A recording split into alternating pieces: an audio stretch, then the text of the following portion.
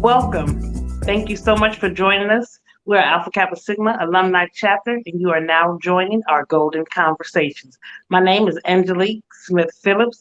Sit back, relax. We have a great person joining us today, Mr. Gordon. We are excited to have you here. Um, let's jump right into the questions. How Thank are you. you this evening? I'm doing all right. It's good. I appreciate you inviting me to come and kick it with y'all tonight with the second Wonderful. Reels. I tell you. Okay, Mr. Gordon, go ahead and jump right in. Tell us where you're from. I am from Houston, Texas. Born and raised Houston, Texas, on Third Ward. I went to Cashmere High School. Yeah, I'm right up in that area there. Musician and everything, marching band, jazz band, gospel, all of that. Okay, and so where are you at now? I reside now at Langston University. That's in Langston, Oklahoma. To give you a brief synopsis, Langston is, if you was in Oklahoma City, maybe about 35 minutes north of Oklahoma City. And if you drive another hour, you'll be in Tulsa. Kind of give you like a little area where I'm at. Okay, okay, It's, it's not a big school, roughly about 1,600, 1,700 students. okay. And what do you do at Langston? I am the director of bands, which means I'm over the marching band, I'm over the concert band, I'm over the wind ensemble, I'm over the percussion ensemble, I'm over a jazz band, I'm over all those bands that's in that area, pep band, all that. Okay. And just to give our listeners an idea of what we're speaking on today, this is African American Music History Appreciation. And we just want to kind of spotlight some of our African American males and females in the community doing that thing. So we are so excited to have you here. Let's talk a little bit about when you first fell in love with music. Ooh, wow. Um, my love for music started when I was in Houston, Texas. Houston, Texas. I went to a high school in Houston called Cashmere High School. Cashmere had a awesome jazz band, and they had a hell of a marching band, and the directors. I was inspired by my directors, Conrad Johnson, Sylvester LeBlanc. We call him Stank, and William Portis. All of them are good, all wholesome jazz musicians that played out. They were very known all over the city and all over the world. Okay. And so how old were you? You're going back on me now. We gotta go way back. We gotta go way back. 17, 16, 17. I did band in middle school. I Okay. did that in middle school, but it was like, okay, I can kind of get through it. But once I saw the high school perform as a little kid, my eyes like this, oh, I'm gonna do that for real. So Okay. jumped into it, jumped right in the band my first year, played trumpet my second, third, fourth year. I played trumpet, but I was drum major. And Okay. I played first trumpet in the jazz band. So I really loved it. Okay. And so tell me a little bit about your musical background.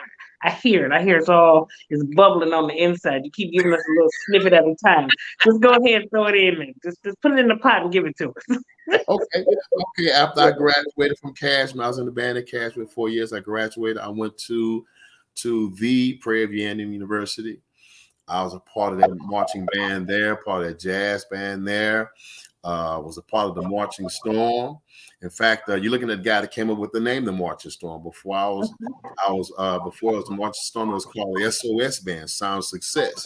So I came in, and the band director was named Professor George Edwards. He allowed me to go and change the name. We voted on the name and changed the name. Went to Cashmere, went to Prairie View. After I left Prairie View, I graduated from Prairie View, and I was the band director at a school that doesn't exist anymore called MB Smiley High School. Smiley High School is on the north side. I was there for 10 years. I left from there from 10 years, went back to my alma mater as assistant director, Prairie View Indian University. I was there for 10 years. I was there for 10 years. Prophet was, God rest, took flight to be with the Lord 2009. Dr. McQueen was after that. And I was still assistant under Dr. Timmy Zachary. He was the head band director. I left from there Went into ministry, like I've been singing already for me about a year, then kind of fell back in it, and let's see, Milby High School, Victory Prep, and ended up they offered me a job at Langston University, and I couldn't refuse it. So wait, you said music and ministry, and did you say R&B? I couldn't remember. Did I hear R&B? I think a birdie told me something about R&B. I did a little R&B, did a little R&B. I also was in a movie called Jason's Lyric. If you've seen Jason's Lyric, I was the cat director in the carnival scene. On the gospel end, I was a Universal Records / Divine Line Records. I had my own choir. Okay. My choir, Mark Going Eternal Life Ministries. This will make 28 years. 28 years. We got nominated for choir of the year, I think maybe about 3 or 4 times. I got nominated for Director of Year, Texas Gospel Music Awards. I've been on Bobby Jones a couple of times. Okay. Sitting behind some artists like Kirk Franklin, Yolanda Adams, John P. Key. Did some stuff with them. Was sung with Eric Carrington. Sung with Nikki Ross. Artist named Kim Burrell. Okay. Good friends of mine. Been known them for we was on the road with a group, a guy named James Fortune. Okay. Done a lot of gospel stuff. I kind of backed away from it because the marching band part of me took over again. So Yeah. would you say that the marching band has now kind of consumed a lot of those other spaces, and that's why you're more focused on that? Absolutely. I'm more focused now. I need to get back into the gospel, and it's still a part of my grounding, the gospel singing and the Baptist stuff. But I'm more pushing now more toward the education. Got my bachelor's at Prairie View. Got my first master's in divinity from a Gregorian School in Coptic Biblical Studies. And I got my second master's at Texas Southern University with a master's of arts with an emphasis in music composition. And now my doctorate in education leadership instruction from North Central University. Okay. So it sounds like education and music are top. So speak to me a little bit about what education means to you and how you instill that in your youth at the college level. Wow. Or young adults. I won't even say youth. On the education end, it's the drive the yearning for learning. That drive to be to learn more, to soak up as much information as you can, to become absorb, be almost like a sponge to absorb everything that you can musically, mentally, physically. I was also told once by my professor, you have to be a leader in the class and out the class. So as a musician, being a musician, the musician part of it taught me to be a connoisseur, if I should say, of education, because all those practicing those horns and learning how to study and rigorous practices and stuff like that. I took those teachings and took those back to my classes, and it helped me be successful on the education end too. It takes a different type of person to be a musician. And the reason I say that is I told some of my students, one of the things I told my students is a lot of us, all of us can go outside and play football, but all the football players can't come in here and play these instruments. Right. We can go play basketball, play soccer. Some of us can do both, but the basketball team and the soccer team can't come in and play those instruments. It takes a different type of person because you use a different part of your brain to be on the field marching, while you're marching, keeping time, dancing, while you're dancing, playing the right notes and playing in tune. It takes a different type of person to use that type of motor skill in your head. Okay. So I'm gonna ask you another question, and this is kind of off script, but as a Black man, African American in this profession, what are some of the tools that you would share with someone else trying to pursue the same career? I would tell them to stay to the cause. Stay to the cause. There's a lot to learn. There's a lot to soak up on this end to be a musician slash educator. Okay. It takes a lot to do that, but you can be successful in doing it. You can be very successful in doing it, and use those skills to develop a solid foundation. Some schools have small bands and some have large bands. Talk to me a little bit about the size of your band and how you get your students.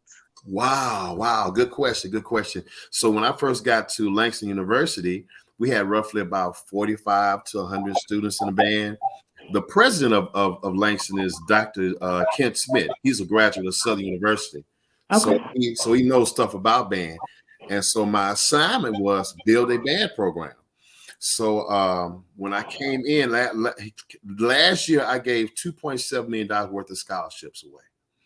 Nice. That type of money. He said he gave me a 250 brand new uniforms, which is roughly about almost 120 some $1,000. He bought me $250,000 worth of brand new horns, and gave me the scholarship money and say, go get the student. Go get the student. So if a student wanted to look at coming to Langston, how might they find you if they're interested in bands and band scholarships? They can go to, and I guess you could drop the link in there for me. My email, which is mark.gordon@langston.edu. They can also go to our Instagram site, which is Langston Marching Pride Band. They can look me up right there. You can find me on there. You can go to www.langston.edu and look my name up. And I'll leave my phone number, 832-597-4319. You can reach me in all those different directions. All of the Facebook, Instagram, instant messages, because we got money for students that want to finish their career in education through music. Awesome. We'll drop the link, so check below. You see my finger pointing down? We'll have it right there for you. One more question, and I'm going to let you go, but something about Greek letters, D9s, music. Who might you be representing this evening? Yes. Do you want me to kind of go down the list? Oh, God. Go ahead and give them all to us. I remember Fall 89. I remember Kappa Kappa Psi, Fraternity Incorporated. I'm a member of Phi Mu Alpha music organization. And I'm also a member of the D9. I'm also an Alpha, A Phi A. One time. Oh, six. Wonderful. Oh, well, I'm so glad that you stopped by to talk with us this evening. If you had a tagline for the youth today, give me a phrase that pays. What would you tell them? Do what you got to do so you can do what you have to do. Wonderful. So you've heard it here on Golden Conversations by Mr. Gordon. Do what you got to do so you can do what you have to do. Thank you so much for tuning in, and we will see you next time. Thank you so much.